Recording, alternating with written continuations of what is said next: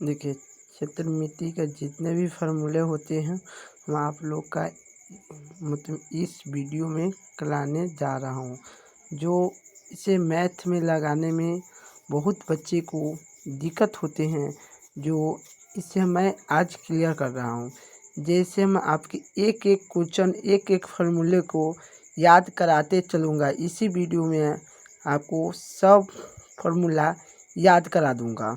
क्षेत्रमिति का छोटा 10 से 20 मिनट का वीडियो होगा, इसे आप देख लीजिएगा तो चुटकियों में यह फार्मूला याद हो सकते हैं। जैसे में ये सब याद रहेंगे तो आपको छोटे छोटे सवाल में लगाने में बड़ी आसानी होगी, नहीं तो बहुत कठिनाई होती है इस सवाल को। इस फार्मूला के बिनु आप मैथ को नहीं बना सकते हैं। ये फार्मूला आपको याद होनी चाहिए, ये आपको बहुत ज़रूरी है। वह 8 के बच्चा हो या 9th के बच्चा हो या मैट्रिक के बच्चा, सब बच्चे के लिए ये बहुत आवश्यकता है। जैसे में देख सकते हो, आयत की परिमिति बराबर, यहाँ पर लिखा है आयत की परिमिति बराबर 2 कोष्ठ में लंबाई प्लस चौड़ाई होती है, ठीक है ना। उसके बाद आता है आयत का क्षेत्रफल बराबर होता है लंबाई गुने चौड़ाई। आयत का क्षेत्रफल लंबाई गुने चौड़ाई होती है। फिर आता है आयत का चौड़ाई बराबर पूछेगा तो आप बता सकते हैं आयत की चौड़ाई बराबर क्षेत्रफल बटे लंबाई, ठीक है। फिर आयत का लंबाई बराबर आपको से कोई पूछे तो आप बता सकते हैं आयत का क्षेत्रफल बराबर लंबाई बटे चौड़ाई। आयत का लंबाई बराबर बता सकते हैं क्षेत्रफल बटे चौड़ाई, ठीक है।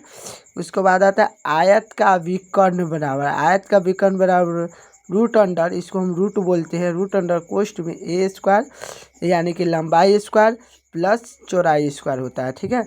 ये हो गया आपको पाँचों के पाँचों फार्मूला आयत के लिए आपको लागू होते हैं। उसके बाद आता है वर्ग का, जिसे हम स्क्वायर रूट भी बोलते हैं वर्ग। देखिए, वर्ग का क्षेत्रफल बहुत बच्चे को याद नहीं होता। वर्ग का क्षेत्रफल बराबर भुजा स्क्वायर होता है, वर्ग का क्षेत्रफल बराबर भुजा स्क्वायर होता है, जो हम आपको वीडियो में दिखा रहे हैं। उसके बाद वर्ग की परिमिति बराबर होता है 4 गुने 1 भुजा, वर्ग की परिमिति बराबर 4 गुने 1 भुजा। उसके बाद वर्ग की क्षेत्रफल, यानी कि दोबारा फिर से लिखा गया तो कोई बात नहीं, एक बार और रिपीट कर लेते हैं।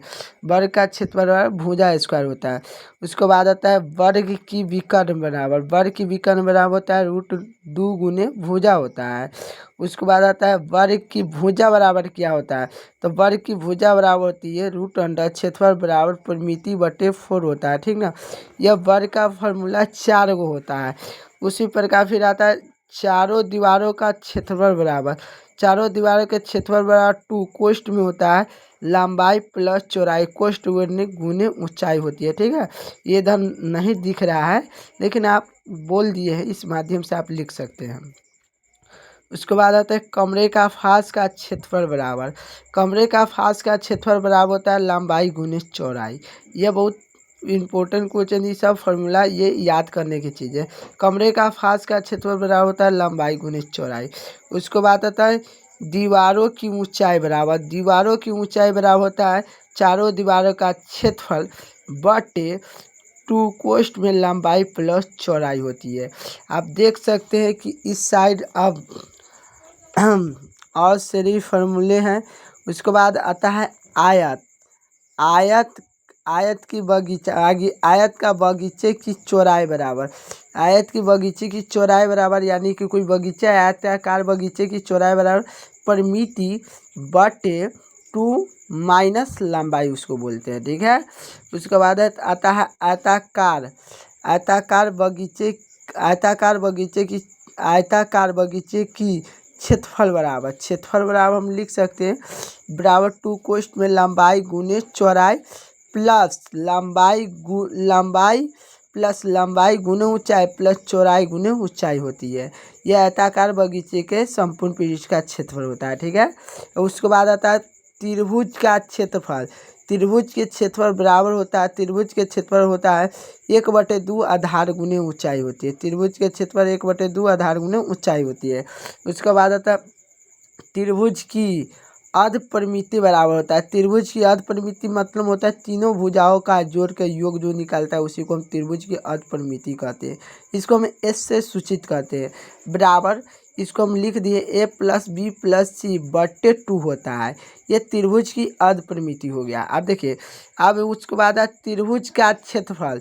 त्रिभुज का क्षेत्रफल भी बोल लो या इसको हीरोइन सूत्र भी कहा जाता है। त्रिभुज का हीरोइन सूत्र पूछेगा तो ये होगा त्रिभुज का क्षेत्रफल, इसको बराबर इसको बोलेंगे √अंडर एस कोष्ठ में s घटाव a कोष्ठ 1, फिर कोष्ठ में s घटाव b कोष्ठ 1, फिर कोष्ठ में s घटाव c होती है। ठीक है, ये आप लोग को मैथ में काम देंगे त्रिभुज के जब क्षेत्रफल आपको ज्ञात करना होगा। अब देखिए, उसके बाद आता है त्रिभुज की ऊंचाई बराबर। त्रिभुज की ऊंचाई निकालने के लिए फार्मूला होता है त्रिभुज की ऊंचाई बराबर 2 गुने क्षेत्रफल बट्टे आधार। त्रिभुज की ऊंचाई बराबर 2 गुने क्षेत्रफल बट्टे आधार होती है। ठीक ना।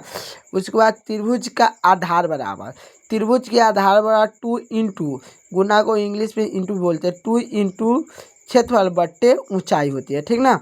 उसके बाद आता है समबाहु त्रिभुज का क्षेत्रफल। समबाहु त्रिभुज का क्षेत्रफल बराबर √3/4 गुने भुजा स्क्वायर होता है। ठीक है।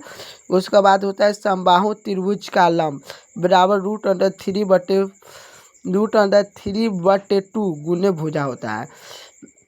हम अभी तक ले आपको आप लोग का 1 से लेकर 22 तक ले की ये फार्मूला बहुत आपको अच्छे से याद बताने की कोशिश की है।